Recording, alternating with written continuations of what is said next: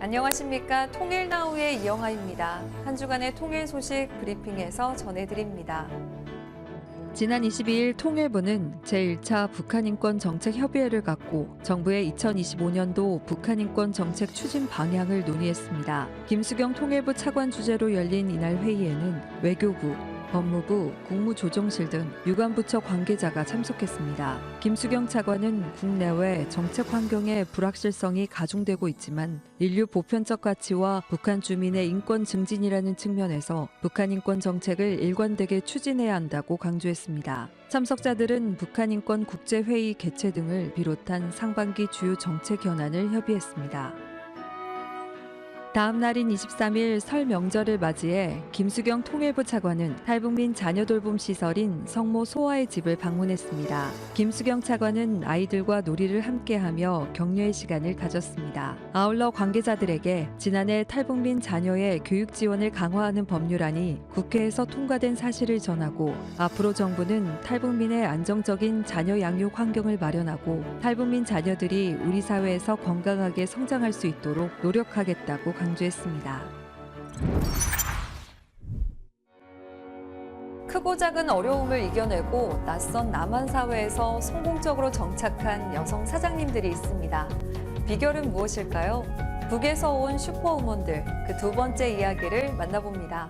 안녕하세요. 통일담담의 아나운서 조수빈입니다. 저도 방송생활 오래 하면서 슈퍼우먼이다 이런 얘기 참 많이 들었는데 이분들 앞에서는 정말 명함도 못 내밀 것 같습니다. 예, 북한에서 온 슈퍼우먼들 신경순 대표님, 정은신 원장님 오늘도 함께합니다. 안녕하세요. 안녕하십니까. 네. 신 대표님의 정말 눈물 없이 들을 수 없는 밤 이야기 들어봤었는데 우리 정은신 원장님 얘기를 좀 해볼게요. 네. 언제 탈북하셨고 어떻게 이제 하게 되신 거예요? 저는 2006년 10월에 한국에 입국했고요. 어떤 걸 공부하지 하다가 제가 사실 유아교육과를 공부했거든요. 북한에서? 네. 근데 아이들이랑은 안 맞더라고요. 아니, 제가 아이들을 너무 사랑하고 좋아하고 예뻐하는데 아이들보다는 노인을 더 좋아하고 사랑하더라고요. 그래서 그건 나중에 알았고 그때 다시 아이들 하려니까 싫더라고요. 그래서 고용지원센터에서 이제 알선하는 부분들이 있어서 간호조무사 공부를 시작하셨다. 네, 하게 됐어요. 그 전에 저희가 네. 정은신 원장님의 21살 때로 돌아가 볼게요. 네. 북한에 사신 거잖아요. 네. 어디에 사셨어요? 강원도 원산이라는 곳에서 살았어요. 거기는 남한이랑 좀 가깝지 않습니까? 멉니다. 멀어요? 네. 강원도랑 가까울 것 같은데. 아니에요.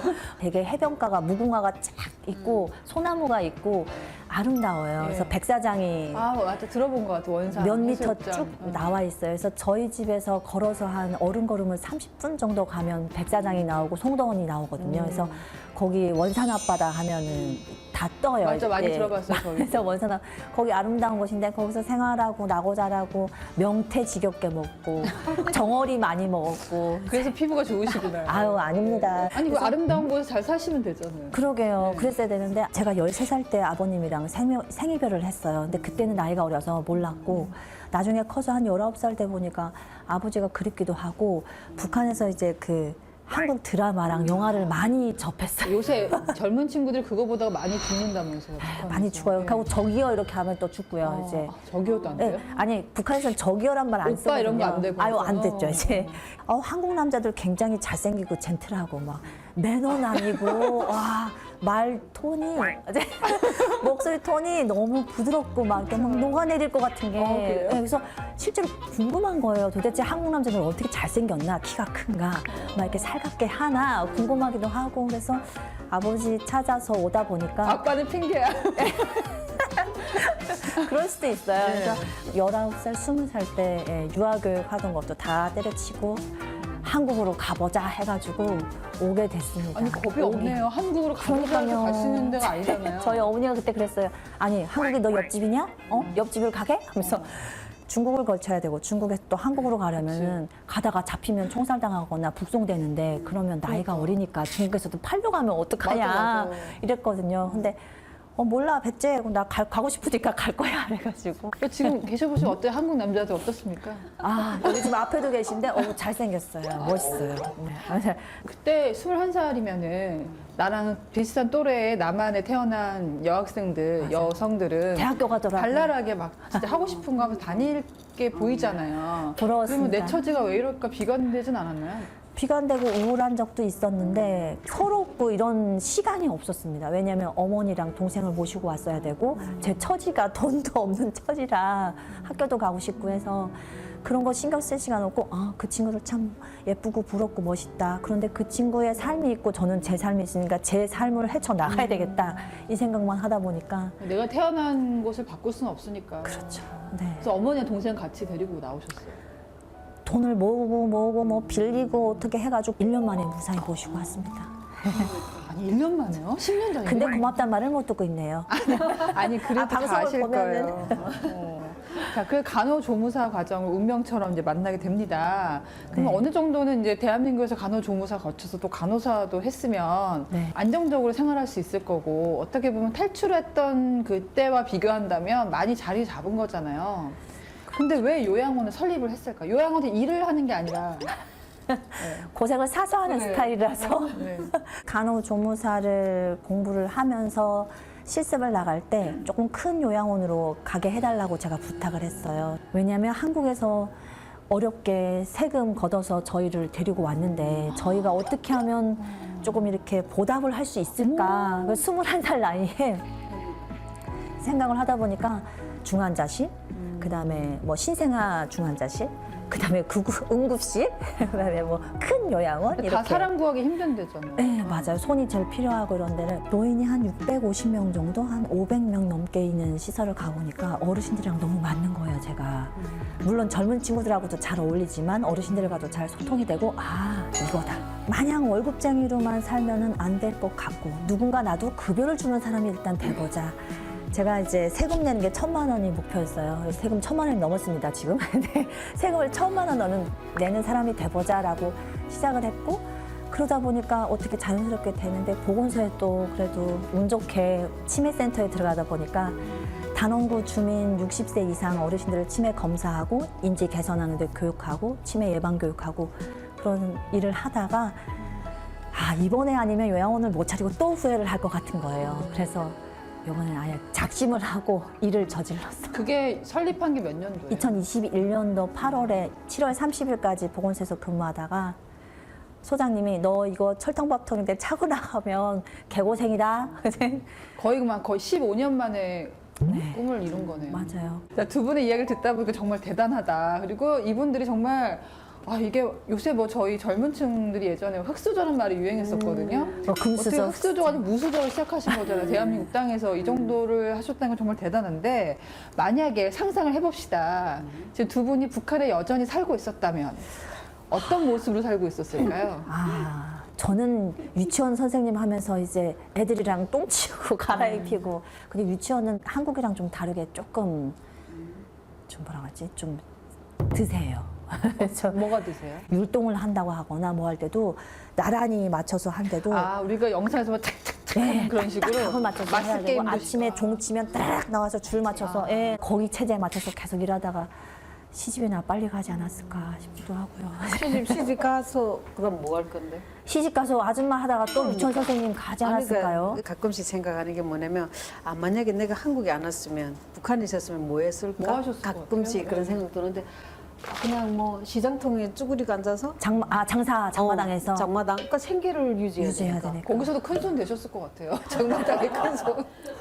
거기서도 밤 장사 하시는 거 아니에요? 아니 그거는 안 될 것 같아. 왜냐면요. 밤은 중국 가서 아신 거니까. 그리고 북한 자체가 비즈니스 하기에는 환경 모든 뭐 이제 좀 규정이라든가 안 맞아요 거기. 그리고 요새 경제가 어렵다 보니까 그렇게 많이 뜯어간다고 하더라고요. 장사에 남기면은 다 막 간부들한테 바쳐야 되고 이런 게 많다고. 그냥 강도들. 이런 거 보면은 환경이 중요하기도 하지만 또 그 환경을 극복하는 분들도 분명히 있는 것 같아요. 많은 걸 이루셨습니다. 예. 두 아직 분의- 멀었습니다. 그래요? 네, 아직 멀었습니다. 앞으로는 뭐 하고 싶으세요?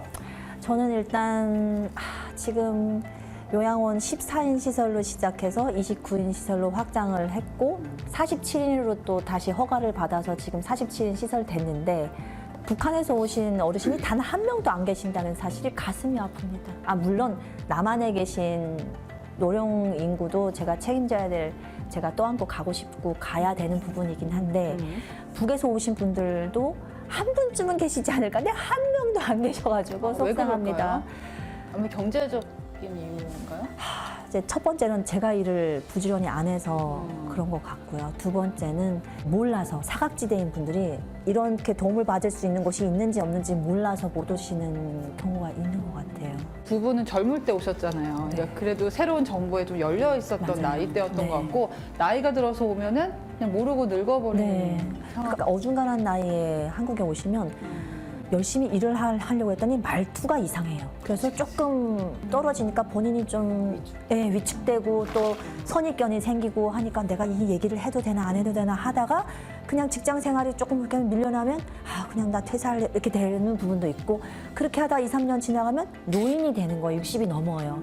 그러면 그때 가서 무슨 공부를 하고 자격증을 취득하기에는 자신감이 부족하고 그러면 그냥 노인이 돼서 기초생활수급자로 계속 연명을 하면서 살아가는데 이 부분이 사실은 정말 중요한 부분이고 안타까운 저는 그 부분입니다. 상상도 해봐요. 만약 통일이 돼서 뭐 예를 들어서 조만간 될 수도 있잖아요. 그럴 수도 있죠. 그래서 그 아름답다는 강원도 원산에 아름답습니다. 해변가가 쫙 보이는데 되게 멋있는 요양원을 지으셔도 참 어울릴 것 저는 같아요. 그 상상도 해봅니다. 통일이 만약에 제가 살아있을 때 되면 강원도 원산 앞바다가 쫙 열리는 그곳에 한 300명 수용할 수 있는 요양원을 탁 설립을 하면 남한과 북한에 있는 어르신을 같이 수용할 수 있는, 왜냐면 북한에서 터져나오는 노인 인구가 상당할 거란 말이죠. 그러면 정리도 되지 않았고 여기서는 장기 요양 인정서라는 공단에서 받는 그런 그 부분들을 어떻게 정리를 할 것이냐. 네, 그때 네. 제가 남한도 살아보고 북한도 살아본 제가 그릇이 있는 사람한테만 먹을 걸 줄 수 그렇죠. 있듯이 제가 그 준비를 하고 있습니다. 그래서 지금 첫 번째는 북한에 오신 무용가자인 분들을 끌어안을 수 있는 시설을 만드는 것, 그리고 홍보를 좀 널리 하는 것, 그리고 100명 요양원을 만들어서 수용할 수 있는 100명 요양원을 만드는 것, 그리고 통일됐을 때 제가 도움이 되는 사람이 되는 것. 대표님은 무슨 꿈 있으신가요? 저요? 네. 밤이라는 키워드 가지고 저는 무궁무진한 상품, 그러니까 자연이 준 선물이라고 생각하거든요. 좀 더 다양한 상품을 만들어서 저는 해외 쪽으로 수출하고 싶어요. 이 한 걸음의 미학이라고 처음부터 욕심 부리지 말고 이렇게 한 발짝 한 발짝 그냥 뭐 포기하지 말고 욕심 부리지 말고 이런 식으로 가다 보면은 저희도 뭐 이제 글로벌 시장 뭐 진출할 수 있지 않을까? 뭐 그때까지 더 열심히 노력해야 되겠죠. 아니, 전 진짜 오늘 뭐 북한, 남한 이런 걸 떠나서 두 분한테 들으니까 정말 뭐 인생 후배기도 하고 선배기도 하잖아요. 굉장히 많이 배웁니다. 이제 내가 갖고 있는 것에 대해서 뭐 불평만 좌절하고 넘어질 것이냐, 아니면 거기서도 조그만 희망을 찾을 것이냐. 자, 단단한 파워가 느껴지는 슈퍼우먼 두 분의 이야기를 들어봤습니다. 다음 시간에 또 알찬 이야기로 찾아뵙겠습니다. 통일 담당.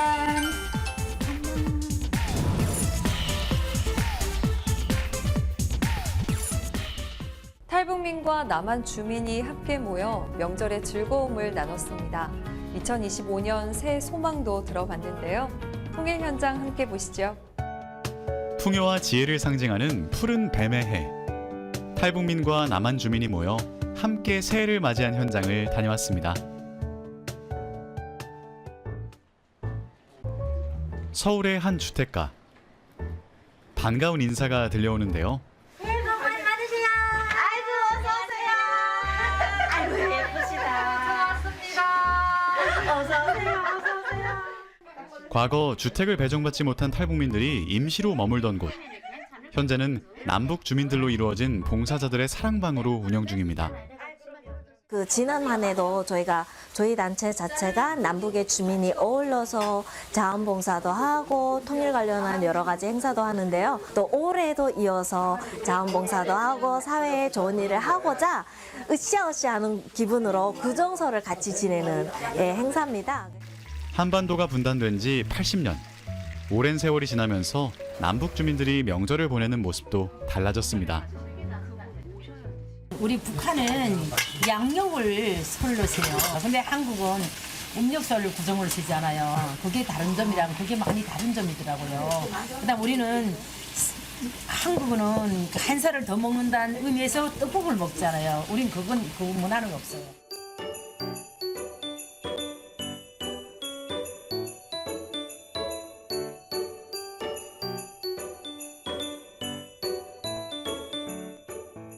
고기가 귀한 북한에서 두부콩을 이용해 고기 맛을 낸 인조 고기밥. 저절로 고향을 추억하게 하는데요. 이 북한 음식인데요. 북한에서 그 시장에 나가면 가끔 엄마 바지가랑이 붙잡고 한두 개만 사달라고. 그래서 진짜 맛있게 먹었던 북한 음식이거든요.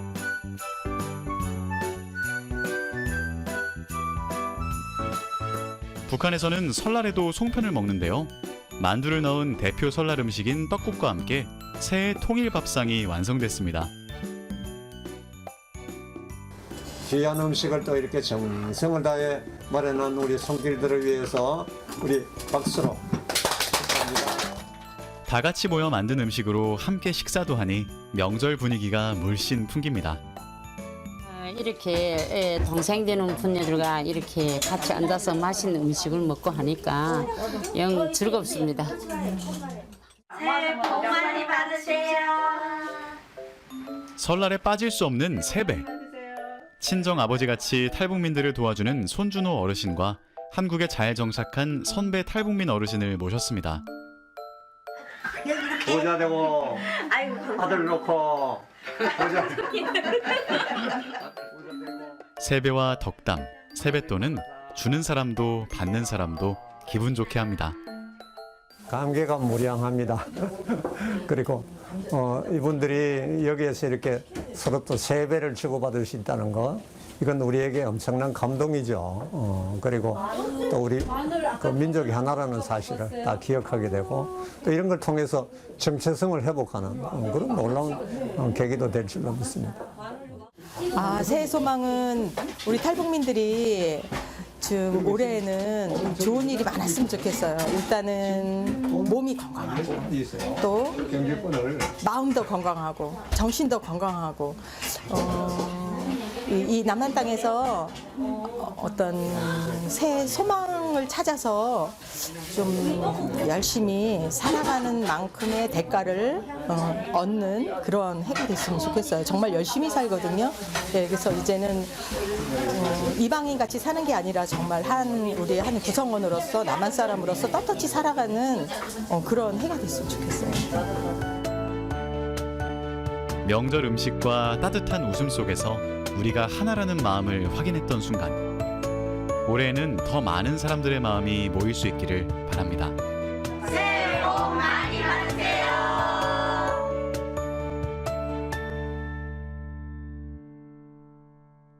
이상으로 통일나우를 마칩니다. 시청해주신 여러분 고맙습니다.